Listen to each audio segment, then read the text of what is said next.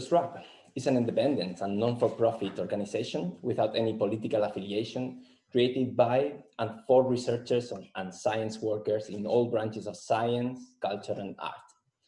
We have a mission, and that is to disseminate excellent quality science and facilitate collaboration opportunities in order to contribute with our work to the cultural enrichment and knowledge advance of both the Australian and Spanish societies. We are currently 188 members spread all across Australia, and we are also starting a new branch in New Zealand, in Auckland. The gender balance is, we have a very good gender balance with pretty much even.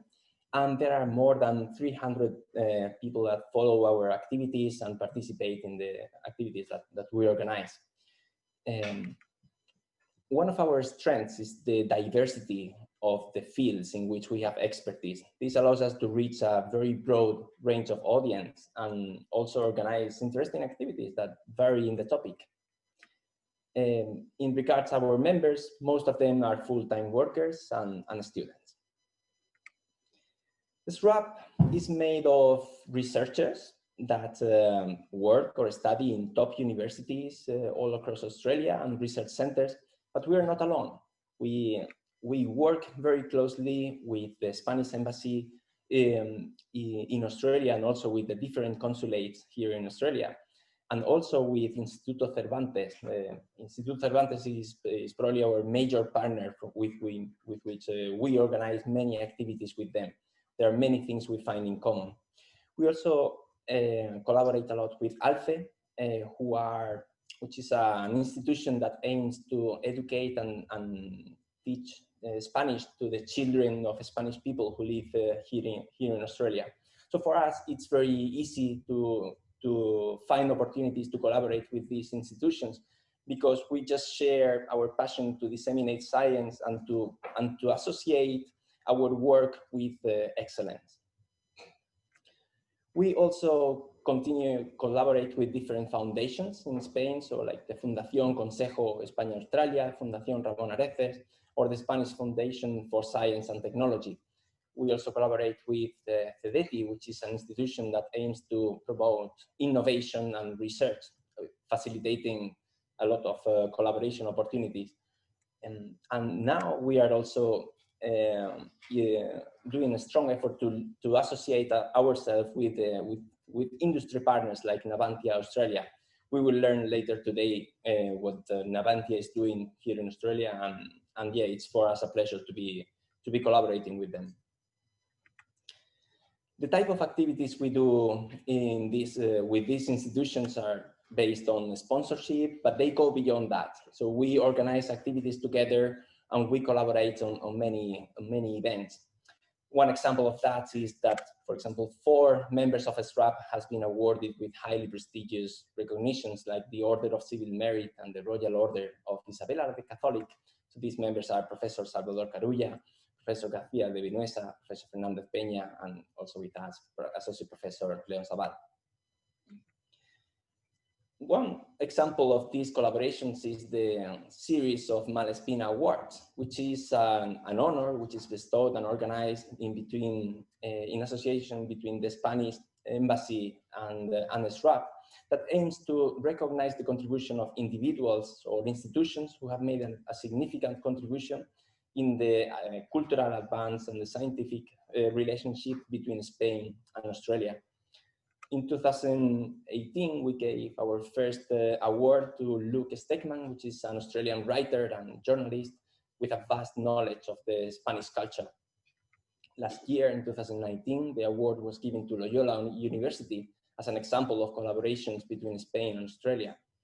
This year, the award committee is made by members from both the Spanish Embassy and SRAP, and the awardee is Jennifer Turpin, who is an artist, an urban artist that has made. Well, we will learn about that later in the award section. The role of SRAP goes beyond the Australian borders, and we are part of RAICEX. RAICEX is a network of Spanish researchers associations that are spread worldwide. So we're in Australia, Japan, Sweden, Belgium, etc., etc. There are 18 associations with near 4,000 members. So the main goal of RAICEX is to be in contact with the Spanish institutions and try to defend or to promote the interest of the Spanish researchers who are working abroad. In these pictures here, we can see a private audience held with His Majesty Felipe VI, King of Spain, which was held in October last year. Well, I could spend the whole forum talking about the type of activities we do, but in the end, I had to pick only a few ones. Well, one of the activities we do the most is what we call research bites, which are, let's say, the small presentations where we invite a reduced number of speakers, 3-4 speakers, where they disseminate the science they do in a very didactic way. So we have found that this format is usually very well received by the audience, and it's always a success. This year, because of the COVID situation, we have leveraged the format of the research bites, and we have organized up to 9 webinars of different topics covering viruses, oceans, etc., etc. We also do scientific walks. For example, in this one, it's a bushwalk where we could learn about the quality of the water. We could learn about the different birds that there are in the nature. And it's a real pleasure to be outside in the nature with these experts, learning about curiosities and yeah, giving a walk. Another example of scientific walks is a mathematic walk that we gave in Sydney, where we could all learn about some patterns of the mosaics and that there are in Town Hall and St. Mary's Cathedral. There was this one. We also have the Pinchos of Science, which is these are scientific discussions that we hold in a vast tavern just in the heart of Sydney, where in that occasion, we brought a discussion about artificial intelligence, and it was very impressive to see how all the audience was very much engaged with the topic. And yeah, the discussion did not end. It only ended when we took the pinchos out there. Our colleagues in Melbourne organized a visit to the synchrotron to learn about this amazing technology, very useful in nuclear science.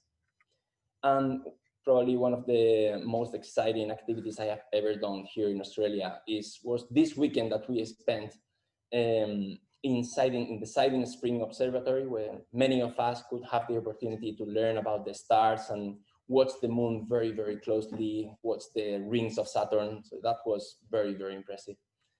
And yeah, so the SROC forums, as I say here, are like a tradition of excellence. In the forums are the main activity we organize at the SRAP.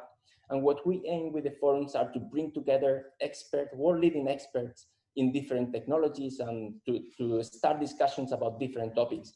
The first 4 years were about the main elements, water, light, air, and earth.